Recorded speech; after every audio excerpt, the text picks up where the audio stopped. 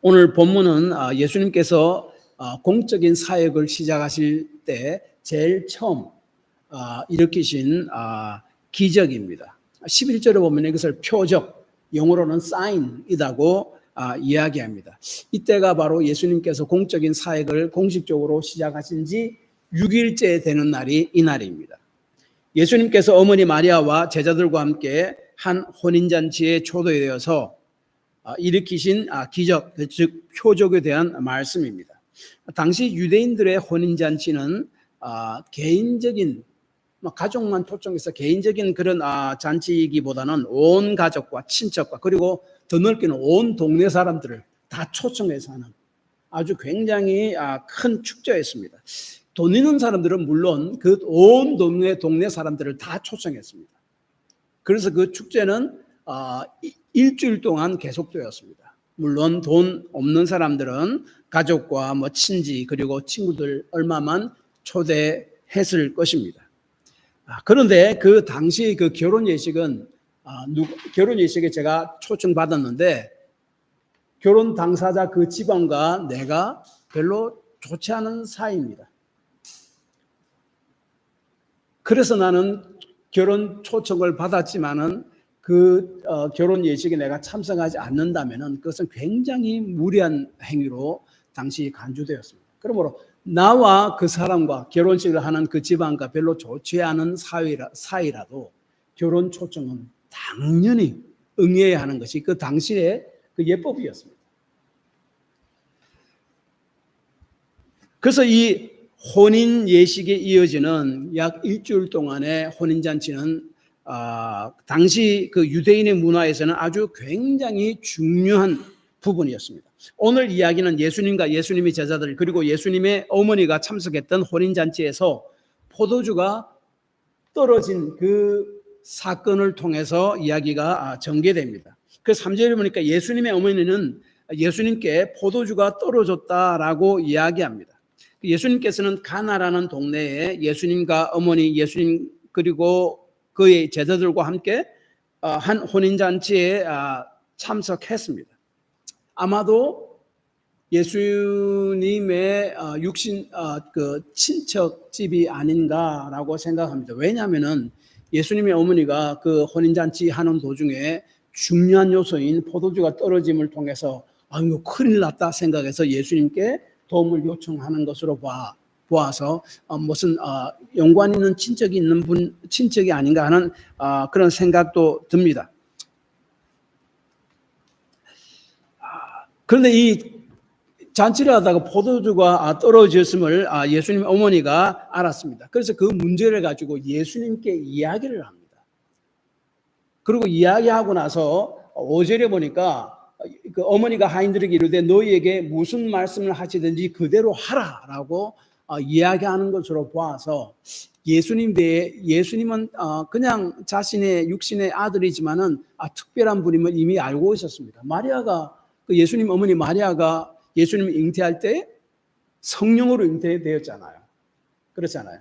그래서 자라면서 예수님이 이제 저 성전에 가서 율법 교사들과 토론하고 이야기할 정도로 좀 남다른 사람이라는 것을 알고 있었고, 그래서 그 예수님은 하나님이 보내신 그 메시아라는 사실은 예수님은 잉태했을 때부터 알았습니다. 사실은. 그런데 그 생각대로 오래 지나면 좀 심해지겠지만 그래도 예수님은 좀 특별한 분이라는 것을 알아서 예수님께 부탁했습니다. 예수님에 대한 일종의 믿음이 있었습니다. 그래서 이 잔치 도중에 갑자기 포도주가 떨어진 거예요. 포도주는 당시 그 잔치에 있어서 굉장히 중요한 음료였습니다. 떨어지면 큰일 나는 겁니다. 우리나라에 잔치하는데 잔치국수가 떨어지면 큰일 나잖아요. 어쨌든 있어야 됩니다. 그 잔치 떡도 있어야 하고 중간에 떨어지면 큰일 납니다. 그런데 그거 떨어진 것보다 더 큰일 나는 것이 당시에 포도주가 떨어진 것이었습니다. 그래서 이 포도주는 당시 지중해 지역 사람들은요 포도주를 그냥 마시기보다는 보통 때는 포도주 한 컵에 물 2컵이나 3컵을 희석해서 마셨습니다. 그리고 아마도 그냥 알코올이 있는 것을 계속 마시면은 알코올이 주는 그 피해 때문에 아마 그렇게 했던 것 같습니다. 그래서 그 당시 문화도 마찬가지고 또 성경에도 그렇게 말씀하지만은 그 포도주로 인해서 취하는 것을 바르지 않는 것으로 생각했고, 그래서 희석하지 않은 포도주를 마시는 것은 아주 위험한 것으로 당시 문화에서는 간주되었습니다. 그래서 이제 갑자기 어쨌든 그 중요한 포도주가 잔치 중에 떨어졌습니다. 그런데 그 잔치하는 집에서 포도주를 참석한 사람들에게 공급하지 못한다는 것은 굉장히 망신스러운 일이었고, 굉장히 좀 이렇게 좋지 않은 그런 일이었습니다. 그래서 예수님 어머니가 예수님께 포도주가 떨어졌다고 무엇을 좀 할 수 있느냐고 물어보았던 거죠. 그런데 예수님의 대답은 굉장히 좀 이상한 대답을 하는데 4절을 보십시오. 이렇게 이야기합니다. 여자여, 나와 무슨 상관이 있나이까? 내 때가 아직 이르지 아니하였나이다. 먼저 예수님은 예수님의 어머니를 향하여 여자여라고 부릅니다. 물론 육신의 어머니입니다. 어떻게 여자여? 헬라어로 구네라는 말입니다. 이 말을 얼핏 듣는다면 어머니에게 합당하지 못한 말을 하는 것이 아닌가, 어머니를 존중하지 않고 무시하는 그런 부름이 아닌가라고 생각할 수도 있습니다. 그런데 이 단어는 오늘날에 누구를 호칭할 때 맴이라는 말을 영어로 하잖아요. 맴. 나름대로 그 존칭의 의미입니다. 와 비슷하다고 볼 수 있다라고 학자들은 이야기합니다. 그래서 이 예수님께서 그러면 왜 어머니라는 말을 쓰지 않고 여자여, 맴이라는 이런 말을 쓰는가? 예수님께서 이 단어를 선택하신 것은 어머니와 육신적인 혈연 관계로부터 자신을 분리하려는 의도로 쓴 단어입니다. 예수님은 마리아의 몸에서 태어났지만 성령에 의해서 태어났습니다. 하나님의 아들이라고 이미 1장에서 여러 번 본문은 이야기하고, 마리아가 예수님을 잉태할 때도 천사를 통해서 임마누엘, 하나님이 함께 하심이라고 라는 지시를 들었습니다. 인간의 구원이라는 하나님의 사명을 받고 이 땅에 인간의 몸을 입고 오신 분이 바로 예수님입니다. 그래서 예수님은 여자여라고 자기 어머니 마리아에게 호칭함으로 육신의 자신의 위치와 자신의 다른 영적인 위치를 구분시킵니다. 캐톨릭에서는요, 자신의 아들이 신부로 서품 받습니다. 서품 받으면은 그 아들을 향해 부모님들이 아들의 이름을 부르지 않는다고 그래요. 신부님이라고 그러고 존칭을 쓴다고 그래요. 왜 그렇게 하느냐? 물론 자신의 아들이지만은 이 아들은 이미 자신을 하나님께 드리고 하나님께 주신 사명을 전적으로 감당한 자로서 그 직분을 인정하고 받아들인다는 의미에서 아마 그렇게 할 겁니다. 그렇다고 해서 부모가 그 신부가 된 자기 아들을 내 아들이 아니다라고 생각하지 않지요. 호칭을 그렇게 했다 하더라도. 그렇지만은 내 아들은 전적으로 하나님 일을 하는 사역을 하는 자와 내 아들과 그 당시에는 분리시켜서 이야기하는 겁니다. 마찬가지로 예수님께서 어머니 마리아에게 여자여라고 말한 것은 육신적인 부모의 관계를 무시한 것이 아니라 육신적인 혈연 관계가 아닌 이 땅에서 공적인 사역을 하는 메시아로서의 자신을 구분하는 겁니다. 마리아는 예수님에게 이 땅의 혼인잔치에 대해서 말하고 했을 때 예수님께서는 혈연 마리아의 관계가 아닌 하나님께서 보내신 메시아로서 자신의 사명을 이 사건을 통해서 이제 이야기하려고 해서 먼저 여자여, 육신적인 관계와 하나님께로부터 받은 메시아로서 사명자인 자신을 이렇게 구분해서 이야기합니다. 그러고 나서 하시는 말씀이 내 때가 아직 이르지 아니하였나이다 라고 말씀합니다. 이 말은 예수님께서는 메시아로서 하나님의 사역을 위해서 오셨고 그 하나님의 때가 아직 이르지 않았다는 말입니다. 요한복음의 전체를 보면은 때라는 말을 예수님이 많이 쓰십니다. 그 때란 언제나 무엇을 이야기하는가 하면 예수님의 죽으심을 이야기합니다. 내 때가 아직 이르지 아니하였다라는 것은 뭔가 하면은 내가 이 땅에 너희 모든 죄를 짊어지고 대신 십자가의 죽음으로 너희 모든 죄를 용서하러 왔는데 그 때가 아직 이르지 않았다 그 말입니다. 좀 더 넓게 생각하면 그 때라는 것은 예수님의 죽음과 부활하심과 승천하심, 그래서 우리의 모든 죄를 다 용서하시고 하나님의 자녀 삼으시고 승천하셔서 우리를 다스리시는 그 모든 것을 다 포함하는 말이 그 때라는 말이고, 좀 더 가까운 의미로서는 예수님의 죽으심을 의미합니다. 여기서는 예수님께서는 죽으심을 통해 우리에게 주시는 천국 혼인잔치에 대해서 말씀합니다. 이 혼인잔치에 포도주가 떨어지는 그 사건을 통해서 예수님은 어머니와 내 자신을 혈연의 관계로부터 분리시키고 그 다음에 이 땅의 혼인잔치를 이제 천국 혼인잔치에 대해 설명하려고 예수님께서 그렇게 하셨던 겁니다. 이제 예수님께서는 3년 후에 십자가 못 박혀 죽으실 것입니다. 그래서 우리 모든 죄를 다 용서할 것이고 부활한 후 하늘로 승천하실 것입니다. 그리고 예수님께 이 땅에 다시 오실 것입니다. 그때 예수님께서는 우리를 주님의 아름다운 신부로 단장시킬 것입니다.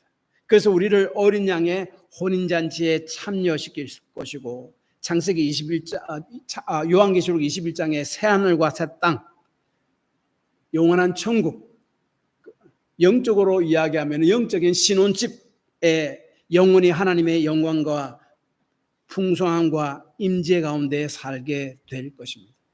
그것을 지금 이야기하고 있습니다. 그러나 그때는 아직 아니라고 이야기하고 있는 거예요. 그래서 3절에 2절에 나와 무슨 상관이 있습니까? 내 때가 아직 이르지 아니하였습니다 라고 이야기하는 것은 그때가 아직 이르지 않았다라고 이야기하면서 동시에 이 사건을 통해서 예수님이 죽으심을 통해서 이루고 우리에게 주어지게 될 천국, 그 혼인잔치에 참여함에 대해서 우리에게 말씀하십니다. 이 천국 잔치를 우리에게 베푸시는 것은 예수님의 죽으심을 통해서 우리가 오는 것이고 여러 가지 율법적인 결례를 새롭게 하심을 통해서 그렇게 된다라고 이야기합니다. 그래서 예수님께서는 당시 정결한 결례를 행하는 물 항아리에 물로 가득 채우라라고 이야기합니다. 이 항아리에 있는 물은 당시 유대인의 결례에 따라서 의식적 결례, 종교적 의식입니다. 원래 이 성경에서도 원래 음식을 먹기 전에 손을 씻고 하는 정결 의식이 있었습니다. 그런데 유대인들의 스승들은 그것을 완전히 자신들이 더 이렇게 애대해서 만든 것인데 하나님이 직접 말씀하신 것처럼 똑같은 무게로 그렇게 강조하고 있었습니다. 그래서 당시 이 물은 유대인의 결례를 따라서 손님에게 손과 발을 씻게 하는 물이었습니다. 6절에 2, 3통 드는 돌 항아리라고 이야기합니다. 각 항아리에는 18에서 27갤런, 그러니까 80에서 120리터가 담겨 있었다라고 이야기합니다. 우리가 쓰는 그 하얀 바켓 있잖아요. 동그랗고 길다란 거, 이만한 거. 그게 5갤런입니다. 5갤런입니다. 그런데 그것이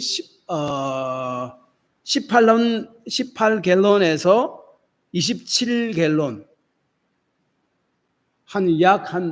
그거 5개, 25, 그렇죠? 5개 정도가 들어가는 그런 항아리다라면 우리가 그렇게 이해할 수 있을 겁니다. 그래서 18에서 25, 27갤런 가는 그 항아리가 6개가 있었는데 그 항아리에 물로 가득 채워라. 그 아귀까지 가득 채워라라고 가득 채워라 하셨고 하인들은 그 아귀까지 물을 가득 채웠다라고 이야기합니다. 그리고 그 물로 포도주로 변화시켰습니다. 나중 결혼식이 잘 진행되도록 조정을 하는 그 연회장이 칭찬할 정도로 최상급의 포도주를 만들었습니다. 연회장이라는 것은 당시에 뭐 주인이 임명한 사람 아마도 중에서 그 모든 연회가 그 잔치가 잘 진행되도록 주관하는 분인데 특별히 그 포도주에 굉장히 신경을 썼다고 합니다.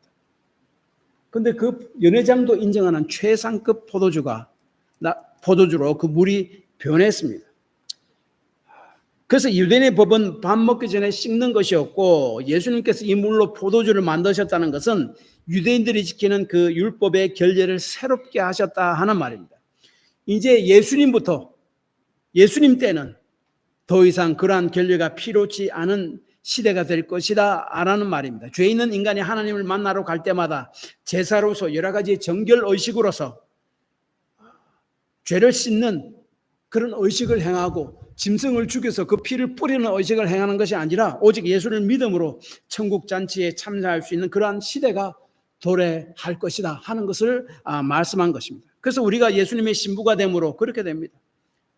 즉 이 정결 의식은 외적인 씻음을 통해서가 아니라 내적인 씻음, 즉 예수 그리스도를 통해서 우리가 정결하게 되고 그래서 우리가 하나님 앞에 나아갈 수 있게 되고 나중에 예수님께서 재림하실 때 이루어지게 되는 그리고 천국 들어가기 바로 직전에 이루어지는 어린 양의 혼인잔치, 천국의 잔치에 참여할 수 있게 되는 것입니다. 그러므로 물로 포도주를 만든 사건은 하나님의 어린 양의 혼인잔치를 가리키는 표적이고 또한 동시에 하나님의 풍성한 축복을 가리키는 표적입니다.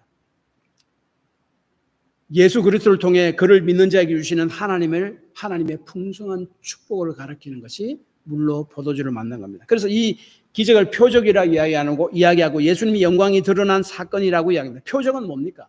사인, 뜻을 가리키는 거잖아요. 우리 뭐 지나가다가 맥도날드 가면은 화장실을 무료로 미국에서는 퍼블릭 레스트룸 이 맥도날드나 이런 음식점 아닙니까? 가서 내가 남자 화장실을 찾는다는 뭡니까? 사인이 뭡니까? 남자 그림이 그려 있는 것 그것이 사인입니다.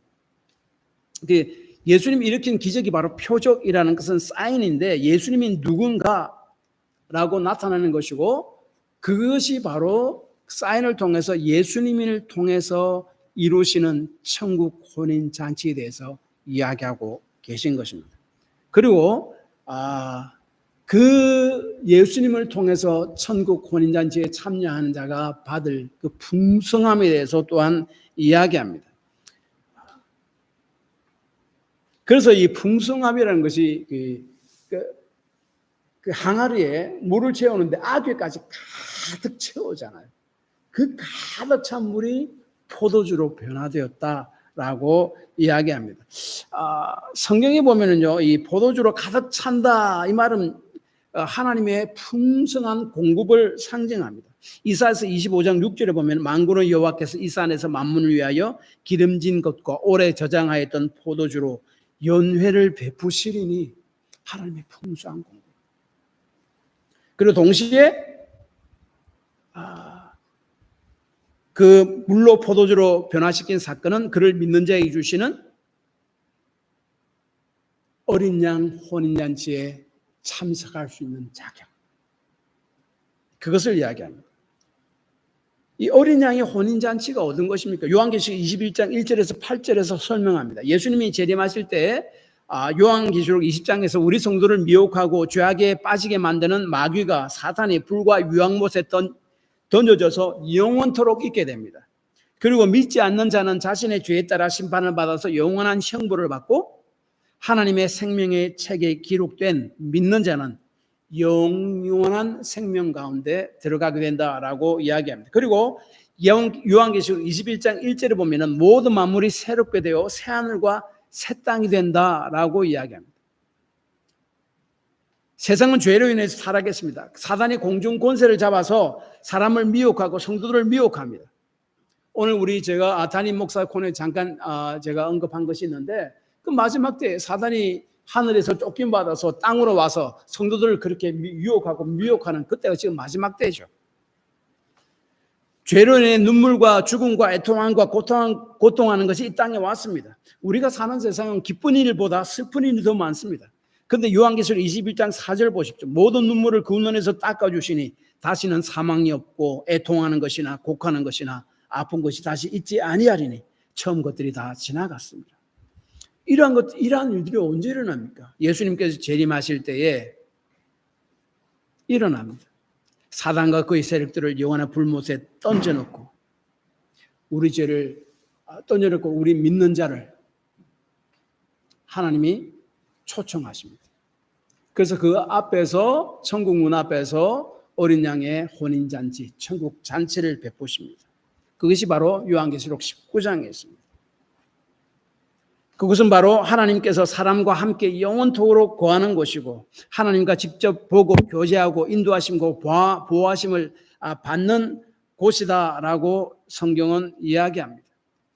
한마디로 이야기하면 하나님의 풍성함과 영광과 하나님의 임재함이 있는 곳이라고 이야기합니다. 이 어린 양의 혼인잔치를 통해서 그 영원한 천국 가운데 들어가게 되어 있습니다. 예수님은 가나 혼인잔치의 물로 포도주를 만드는 표적을 통해서 궁극적으로 우리에게 말씀하시고자 하는 것은 예수님은 하나님의 풍성한 축복을 우리에게 주시는 자로 왔다. 죄로 인해서 사단을 위해서 고통과 죽음들이 왔지만 그것을 변화시키는 그분이 바로 나 예수다라고 이야기합니다. 또한 그 풍성한 축복의 완성인 하나님의 혼인잔치, 어린 양의 혼인잔치를 베푸려고 우리에게 왔다 하는 것을 말씀합니다. 한국에는 뇌성마비 시인인 송명희 시인이 있지만 일본에는 미즈노 겐지라는 뇌성마비 시인이 있습니다. 이분이 초등학교 4학년인 11살 때 여기지 않은 뇌성마비에 걸려서 전신이 마비돼 평생 자리에 누워서 언어 능력조차 상실했습니다. 그러나 그가 예수를 믿고 이제 시를 쓰기 시작했는데 사람의 영혼을 울리는 아주 유명한 시인이 됐습니다. 지금은 돌아가셨습니다. 그 시가 우리 시집이 나오는데 우리 한국에도 번역돼서 나왔습니다. 이름이 감사는 밥이다라는 시집입니다. 그 시 중에 삶이라는 시가 있는데 이렇게 노래합니다. 하나님의 크신 손 안에서 달팽이는 달팽이답게 가고 닭의 장풀꽃은 닭의 장풀꽃답게 피고 청개구리는 개구리답게 울고 하나님의 크신 손 안에서 나는 나답게 산다. 미즈노 겐지는 다른 이들과 비교를 통해서 불평과 한숨 가운데 살았던 것이 아니라 예수 그리스도를 통한 하나님의 손 안에서 감사하는 삶을 살고 있었습니다. 다시 말하면 미즈노 겐지는 이미 예수님 안에서 천국 혼인잔치를 경험하고 맛보고 있었다 하는 거예요. 이 땅에서. 또 한 가지 더 이야기는 오래전 저희 아내 친구가 있었는데 그분이 저희 아내에게 카톡을 했습니다. 저와 함께 신학교에서 공부했던 제 친구 목사님 사모님인데 그분은 이제 시카고로 이주해서 시카고에서 그 필리핀 교회를 목회하고 있었습니다. 근데 그분이 이제 갑자기 카톡으로 자신은 지금 한국에 와 있다 하는 것입니다. 왜냐하면은 그 사모님 아버지께서 갑자기 돌아가셨다는 거예요. 그 아버지는 한국의 그 대학 교수로 오랫동안 계시다가 은퇴하셨습니다. 그리고 얼마 전에 폐렴으로 입원하셨다가 갑자기 악화되어서 산소호흡기를 의존하다가 갑자기 돌아가신 거예요. 그런데 돌아가시기 전에 가족들에게 천국에서 만나보자 라고 하는 말씀을 하시고 돌아가셨대요. 그래서 그 큰 슬픔 중에서도 그 말을 들은 자녀들이 얼마나 큰 위로가 되었겠습니까? 만약 모든 것을 다 소유하고 있어도 천국에 대한 영생에 대한 소망이 없다면 그 죽음이 얼마나 허망했겠습니까? 교수로서 많은 업적을 남긴 것이 무슨 소용이 있겠습니까? 그분은 예수 안에서 천국 혼인잔치에 참여한다는 확신과 소망 가운데 이 땅을 떠났습니다. 예수님은 가나 혼인잔치에서 물로 포도주를 변화시키는 표적을 통해서 하나님의 풍성한 축복을 주는 자로 왔으며 그 풍성한 축복의 완성인 하나님의 혼인잔치를 그 믿는 자에게 베푸려고 저와 여러분에게 왔다 하는 것을 말씀합니다. 그러므로 이것을 기억하고 감사하는 삶을 사시기 바랍니다. 기도합시다.